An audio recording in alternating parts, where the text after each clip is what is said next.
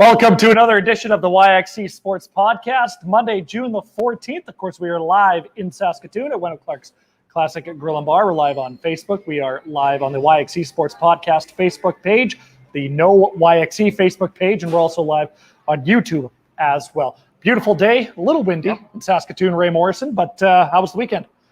It was fantastic. Yeah, it was nice to get outside and do some stuff, and we are getting closer and closer to opening things up, which is really good. You get that sense of optimism, especially with so much summer yet to go. Right. It's great. It's terrific. And let's be honest, nobody really wants to hear you and me talk. No. And everybody knows what's happening on this week's episode of the YXE Sports Podcast, so we might as well get right to it. 793 games played, 564 points, 1,690 penalty minutes. Wendel Clark, the man himself, joins us from his cottage in Ontario. And did you just come off the lake there, Wendel, or how's the cottage life? No, my wife had me out planting trees or something. Oh. It was a rainy day today. It was a honey-do list, but it was our first little rainy day. We've had 25, 30 degrees for the last 10 days here. Oh, okay. Yeah, no, it's good. Well, you can see these big fridges behind me, and what's interesting is we know these aren't yours because they're empty. Yeah, it's right? It's no good for you guys. You have to talk to those guys there that start filling those up before it starts.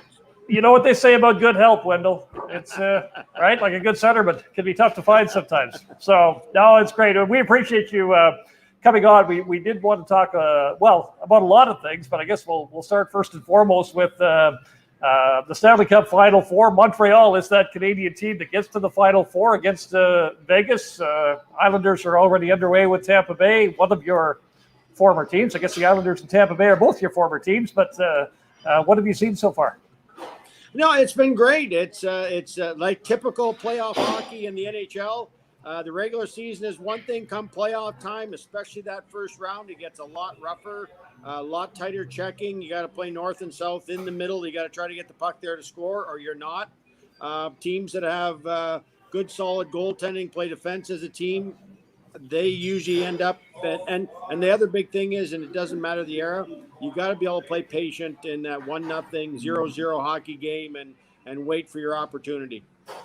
And that's kind of what everybody's been saying about the Islanders-Tampa Bay series, right? It's going to be, both goaltenders, Vasilevsky and Varlamov, have been fantastic all playoffs, and both of those teams are kind of defensive-first teams, right? So what I'm interested to know, and I don't know if you agree with this or not, but what I'm interested to know, I think that series is probably going to be relatively low scoring when it's all said and done. Yeah, probably. That's the way both teams want to play it, especially the Islanders. They do have skill that's not what we do, Barzell, I mean.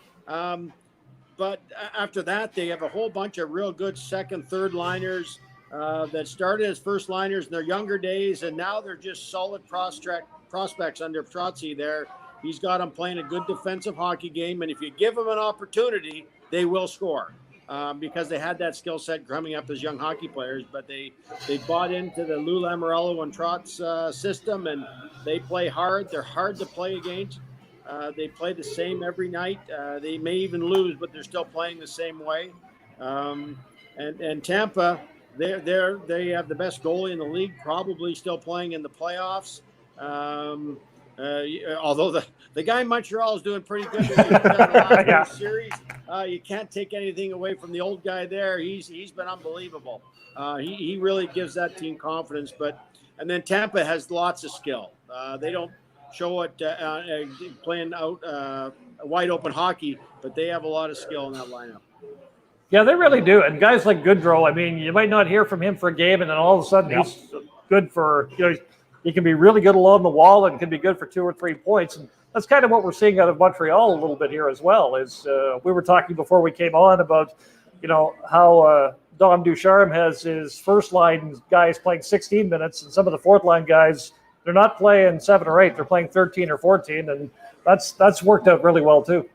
Yeah, no, they've got it. Like you say, they started changing their hockey team after Christmas with a couple of trades that they made. They got bigger defensively, as in defensemen. They really added size and no nonsense, not anything fancy to their defense. And like you say, Price has come up and just been solid. He makes it everything when he's on. He makes everything look easy, and he's been on. The defense keeps and the forwards keep the puck to the outside. So if it is a shot, it's on from the outside, which he's going to get for sure. And then they're very opportunistic. When you got guys like Suzuki, I coached against all the way up, playing against my son. You give him half a chance, he's going to score. And they have guys that can do that don't need a lot of chances. And you start pressing on Montreal. They're playing in their own end. You're not getting much offense. It looks good. You've got good puck possession in their end, but you're not getting any great chances. And then all of a sudden they flip it down and it's a 2-on-1 on your net and they score. And then they'll go back and play in their end again. And they have a lot of confidence under the, since they made the coaching change, a lot of confidence under the system that they're playing. The guys have bought in and they really believe. And they're probably the least talented team as a whole in this Final Four, but they've got them all believing and going in the same direction. We got a comment on the Facebook live stream. This comes courtesy of Brad, and he says that you need to put the skates on again, Wendel. So, but talking about that, what are kind of some of the biggest changes that you've seen in the game from when you played to now? What's kind of the biggest thing that jumps out? Well, no, come playoff time, the playoffs are generally the same. The first round is very physical. You remember watching the Islanders, Pittsburgh first two games. That was rough, drag them out hockey, and that's kind of how we had it. There's no clutching and grabbing, and so the game's played faster because it's allowed to. It's not that the players are way faster; it's just they're allowed to play faster under the system they're in. They're rolling four lines like we were talking about what Montreal's doing, so the tempo stays higher. And really the game that way is a lot the same. And the goaltending is over time is probably the biggest change in the game. When I started, the goalies were 5'6", 5'7" to 5'10". Ken Dryden, he was the best around, and he was the big guy. But most teams didn't have big goalies. And today, if you're not 6'4", they don't even look at you in the draft. So you look at all the goalies; they're all big guys, and they're great athletes. Kind of the difference between a Greg Holtby when he played for the Saskatoon Blades and a Braden Holtby now, right? Yeah, no, it's so much different, right? It's just the so different different sizes between Dad and Braden. Yeah, no, I played with Greg, and we used to bug him. Couple farmers there out after shooting pucks, and Greg would be in net, and we'd have the shooting games when post practice, and Greg would stay out, and we'd have a lot of fun playing. We had a lot of fun those the 2 years I played in Saskatoon. Great group of guys, and Greg was our leader. He was going to university. I had a tough time taking grade 11 and 12, and I think he passed his first 2 years of agriculture at U of S. So I couldn't complain about going to high school if he was finishing first and second year university and playing for the Blades. Yeah, doing a great job out there at Marshall, Saskatchewan as well. Yeah. It is interesting when you're looking at your numbers, Wendel, in the first 2 years of your WHL career with the Blades, 68 points, 225 penalty minutes, and then 87 points and 253 penalty minutes as well. So that it does talk a little bit about how the game has changed, because it is such a different game now. But, if you were going to be the guy that was going to be challenged, you still had to contribute offensively, right? Especially if you were an enforcer, because generally you were out when the star player was out. And you had to, if you weren't able to score like they weren't all as talented, you did have to hold your own. Yeah, no, it all depends on your style. If you look at the game today, come playoff time, every team in the league is looking for a power forward right now. Because regular season, it's all one way and kind of played that way. But then come playoff time, every team is looking for those guys. The no nonsense, no spinoramas. It's just north and south, go through, over, or however to get to the goal and the net. That's where hockey goes. It doesn't matter how you change the rules. It doesn't matter how the coaching changes. It doesn't matter, it could have been the 60s, 70s, or today. Come playoff time, you are competing night to night, and the game is broken down. Both teams know each other so well. A lot of the goals have to be tough goals, and that's what wins the game. It's not going to be a bad goal from outside the hash marks and circle going down the wing. Go ahead. I was just going to say, I want to go back to your Western Hockey League days with the Saskatoon Blades. This question came via my way over Twitter a couple days ago. It's from Dean, who's a massive Prince Albert Raiders fan, but what he wants to know from you is, did you enjoy playing in the Prince Albert Communiplex, and how was the Raiders Blades rivalry back then? Well, it was a lot. It was fun. Did we end up playing about 16 times? 14 for sure. 12 regular season. Yep. I think it was 10 to 12 regular season games each year between the Pats and the Raiders, and then you'd have 2 exhibition games because you always played the close teams in exhibition, and so you got really to know those guys really well, and both rinks were fun because Saskatoon in the old barn, 2,800 fans or 2,200, and then the next 600 were in the rafters, and Prince Albert was the same, and it was a tight. Both rinks were just a touch under regulation, I think, and both teams, especially Prince Albert, when they're my second year when they won everything, Canadian championships and everything. They were a good hockey team. They were a tough hockey team, and they just finished coming out of the year before I started with the Saskatoon Blades when they were making their run and had a great big team, and they were good as well. And Prince Albert was the expansion team, so they got kind of beat up on that first couple of years in. So they were trying to take it back out on us again when it was their time. But lots of fun. Anytime you get to play in 2 rinks and the rivalry that was at home where your fans love you, and then you get to play up in Prince Albert where the fans hated you because you're the Saskatoon team. That was a lot of fun because it was fun to see the energy in the building. And I think back then, it wasn't back in '83, the smoking section was the top row of the rink because there was a ring of haze smoke going around the walking section up top. And it was too cold to go outside to have a cigarette. So I think they just went to the top of the stands then. But there was some fun games there. Yeah, no question about it.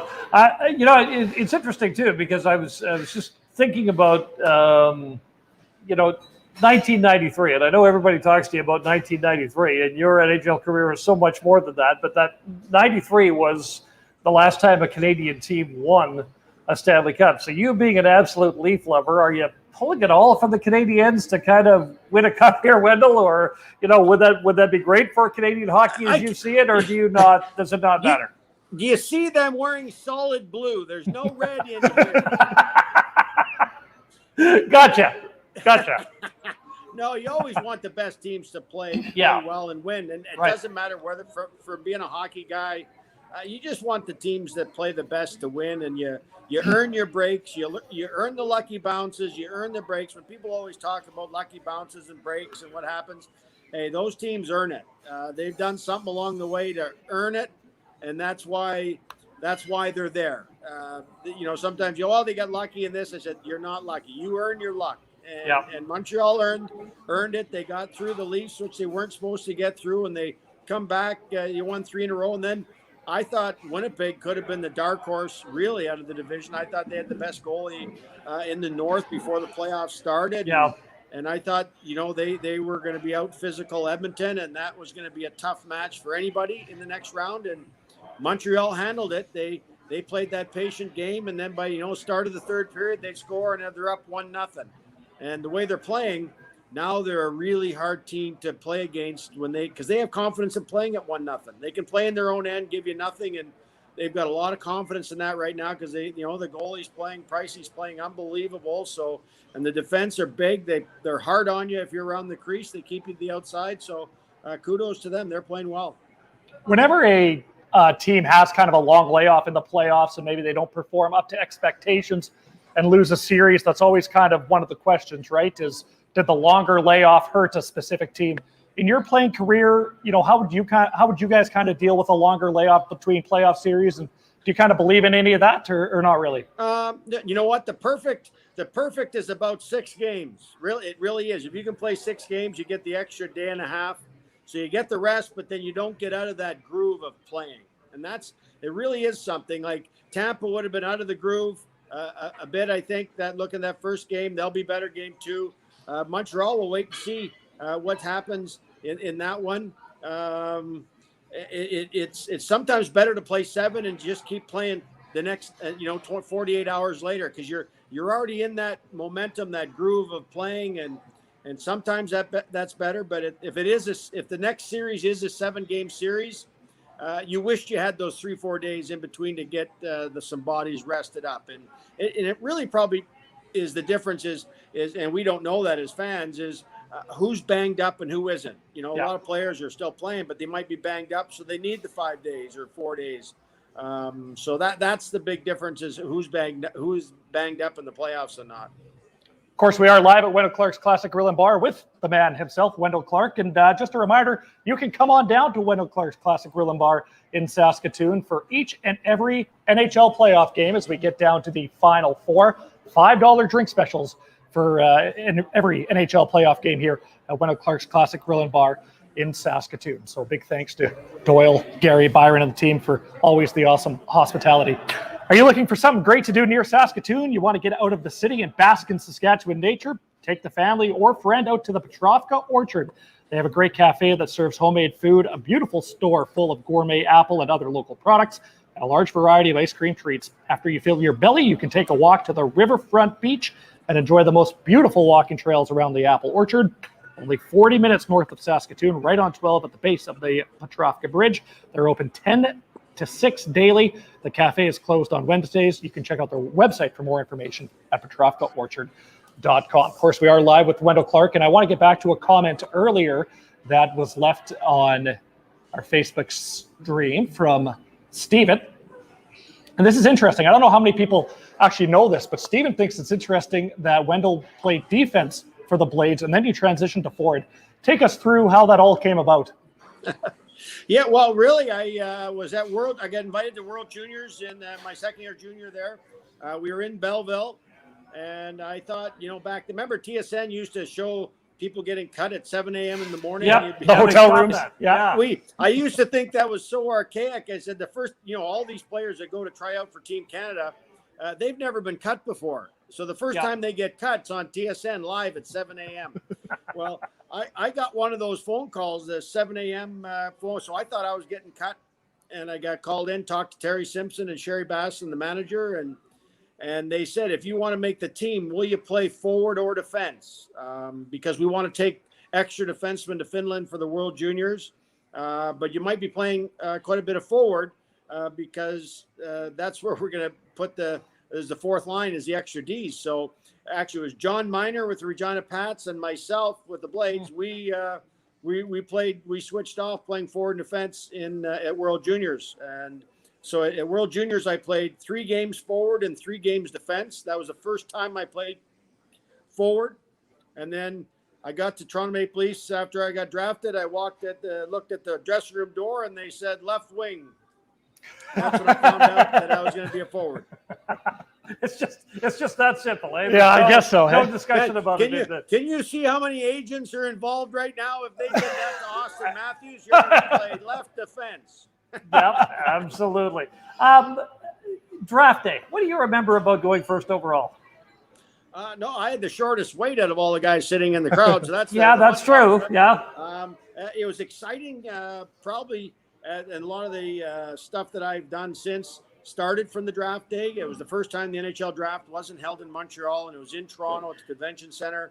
So it was a big crowd, Leaf fans, and became a Toronto Maple Leaf there. And the excitement and the relationship I've had with the city of Toronto has been started right there in 1985 at the Convention Center.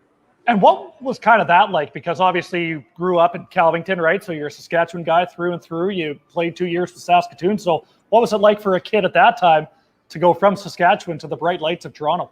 Yeah, no, it was very exciting. Anytime you get a chance to play in the NHL, that's your dream is to play anywhere. Before you're drafted, you don't care what team it is. I don't think you just want to play. And then when you got there, that's now your favorite team. And I was very fortunate. We had a young team. We had great, good leadership. You got to start with Boreas Salming, who is, a Hall of Famer. He was still our best player at 35 on the ice. We couldn't take the puck. It was his. And then a bunch of young guys. Russ Courtnall, who I played in Notre Dame with, was on the team. Gary Lehman, who was in Regina Pats and Notre Dame ahead of me. And Danny Hodgson was the first camp. He come out of Prince Albert as a draft pick. So a lot of friendly faces and a young team. We were like a glorified junior team, all 2021. I think Kenny, we had Kenny Reagan as a goalie, as a 21-year-old, Alan Bester as a 21-year-old. So we had a good bunch of young guys, and Boreas Salming he was the glue at the top that we all just kind of looked at, because he was the quiet guy that he was the best player when, he couldn't play an 80-game season. He played too much. Had they played him 20 minutes a game instead of 35, he'd have been our best player for 80 games. He was just that good. Incredible. Yeah. One thing that hasn't changed throughout the course of time, though, is the media scrutiny in Toronto, Wendel. And I have a couple of questions about just playing in that market, because, with social media now, it's probably a little different than it was back in the late 1980s and early 90s when you started with the Toronto Maple Leafs. The media attention is one thing, but so I want you to talk about that, but I also want to talk about how is it that city loved you so much and you could just do no wrong in a market that could just jump down the throats of anybody for the littlest thing gone wrong? Well, you should have been following the playoffs in 92, 93 when we were down 2-0 with Detroit. Well, I do remember that. There's about 4 days there. The Toronto Sun and the Toronto Star were ripping me a new one there. So yeah, it wasn't always rosy, but it was always good. If you play hard and have fun and understand what it's like to play in Toronto, understand the fans and understand what goes on, you're going to have the ups and downs. But really, if your team plays well and wins, there's no better place in the world to play hockey. If your team loses and doesn't make the playoffs, it's going to be hard on you because you have so many people following you. There's so much coverage. But that's the ups and downs about playing in a Canadian market, but also in the biggest Canadian market. And so there's nothing. The good always weighs out the bad. That's part of it. You look at all the players. They're on social media. They don't have to be. They don't have to be on Twitter. They don't have to be Instagramming photos out of where they're at and telling everybody. I said that's on them. They don't have to do that. They understand it. Us old guys, we don't. Because we don't do it or follow it. But these young guys now, they grow up with it. It's on their phones from the age of 8 on. They understand it. We can read it and think, oh, poor me. Well, that player who's growing up with that stuff already since he was a kid, he understands it better than we do as these old guys that are 50 years old reading it and going, what is he doing? He knew what he was doing. He's been a kid with technology for a long time. Mike from Martinsville has a question to ask. He says, I got 2 words and I want Wendel to respond. Harold Ballard. Harold Ballard. Yeah, no, he was a great old guy. I don't think we were ever gonna win with Harold because he wanted to make all the decisions, and he was in his 80s, and he was an owner that owned the team. It was his, so he did what he wanted. Did he treat us bad? Not at all. He treated us very well as people. But he made decisions as an 80-year-old that didn't listen sometimes to his people under him because it was his, and he just wanted to do what he wanted to do. I don't think we could have won with that because you had to have the people day-to-day running the show that made the decisions, and that's pretty much in any hockey program. If you go to the Dallas Cowboys right now, Steinbrenner with the Yankees, that's the type of ownership there was. He owned it. It was his. I'm going to do what I want. But he treated us well as people, but we're going to have a tough time winning because our team in 85 to 87 in Toronto was as talented as our 93 team was. We just didn't put it together and give it time. We were all high draft picks, Nylands, Bennings, Courtnalls, Lehmans, all first rounders. They just had to put the young guys, all the 21-year-olds together. I was telling you earlier, Wendel, that I'm a big Maple Leafs fan, which, there's a few of us out here on the prairies that are Maple Leafs fans, but all of my kind of, the way that I got to watch your highlights and stuff like that had to be through that technology that we were just talking about not too long ago through YouTube and Facebook and things like that. But I will say one of the best nights of my life was when I got to meet you and Doug Gilmour and Daryl Sittler and Lanny McDonald. Look at that. And that was at the Kinsman Celebrity Dinner of 2019.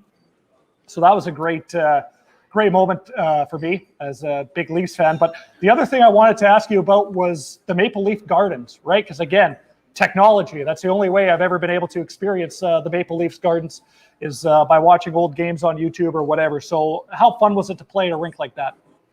No, any of the original 6. Maple Leaf Gardens was a shrine. It was old. Today, the players would say this is awful as far as the dressing room set up, hallways.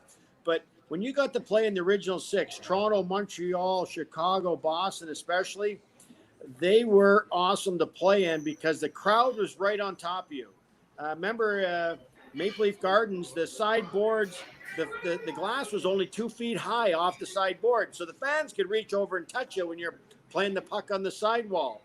There was no glass between the coaching staff and the fans where you walked up behind the seats. So in Montreal and Toronto, the fans could come right down. I think there's a couple times I thought John Brophy or Dan Maloney was going to go up and grab a fan during one of the games. But it was right on top of you. In Boston, the same thing, even a smaller rink. And the second row balcony in Boston, they could almost dump the beer on top of you right at the face-off. So that made it fun. And Chicago is the loudest, most intense building we probably played in on a nightly basis.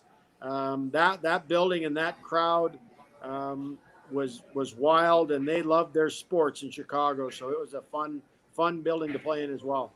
I'll give Ray the final thoughts as we get to wrap up, but I did want to talk to you about your business venture that is where we are right now, Wendel Clark's Classic Grill and Bar. So you got 3 locations in Ontario and 1 out here. How did this whole idea come about? Yeah, no, it started at Wendel Clark's with Sam Dubin, Entertainment, several of the guys out in Ontario. They run event places, and they set the first one up. It'd be 8, 9, or 11 years ago. The first one was in Vaughan. It's no longer. Vaughan's high rises and towers going up where that location was. The city's growing so much, but now we're in Mississauga, Burlington, and Oshawa, and we're just opening up in the last couple of days the patios.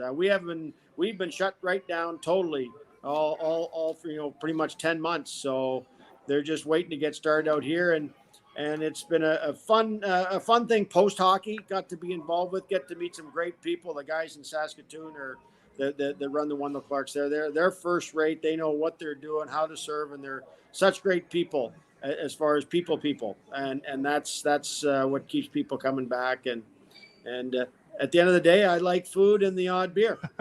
Yeah. And the Wendel Clark whiskey. You got to get a little of that. They probably got some there hiding behind the bar. No, again, you know what? I checked the fridge. There's not there. No. Spoken like a true man from Saskatchewan, though. A little food, a little beer. What else do you need in life? Maybe it's in Matt's fridge. Listen, I don't want Matt feeling like he's special. So I do have one more image, Wendel, and that was from 2015 when you and I got to hang out. That's when you were inducted into the Saskatchewan Hockey Hall of Fame. And I was lucky enough to be the MC of that event. And,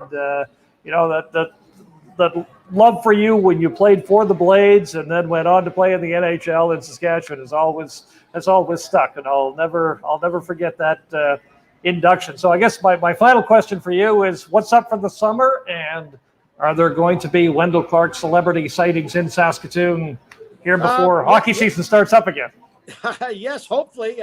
Right now we're coming out for golf tournament in Saskatoon in August, and I think it's end of August, and that'll be one for sure. I think there may be a couple other things that we're doing out there with the restaurant if we can get it figured out and organized. Good coming stuff. Out of this COVID time. It's not as shut down out there as it is here, but you got to do everything safe. You got to do everything right and follow the rules. So I hope to get out and around. It's been 15 months of hiding up here at the cottage. I live right downtown in Toronto in a condo, and that feels it's almost scary. You're in downtown Toronto with 4 million people and you don't see anybody. That's a scarier feeling than you're in the prairies and you don't see anybody. I've seen the condo and the cottage. I don't feel sorry for you either way. So it's good you're doing well, Wendel, and we do appreciate you coming on. That's it's been great. Thanks so much, Wendel, guys. and Thank you. Great job, hopefully guys. we see you. Hopefully we see you out here towards the end of August. So Will do. Wendel Clark joins us live on the YXE Sports Podcast. Just a good Saskatchewan guy. Yeah, his name tag fell out of the scrapbook that I had. Well, take that for a souvenir on the day we got to interview Wendel Clark. Maybe I'll keep that. Brad says he didn't know that Wendel had his own whiskey line, so he'll be trying it. Doyle from Wendel Clark's claims that they have lots of Wendel whiskey here, but I have yet to see it, so I don't know. You think the boys would offer something? You would think so, but once again, a big thanks to Wendel Clark and everybody involved to make this interview happen for this week's episode of the YXE Sports Podcast. I think that pretty much wraps it up for this week. The CFL is returning. They're coming back on August 5th. Wanted to get that in there as well. So big thanks to everybody for tuning in, and we will catch you next Monday.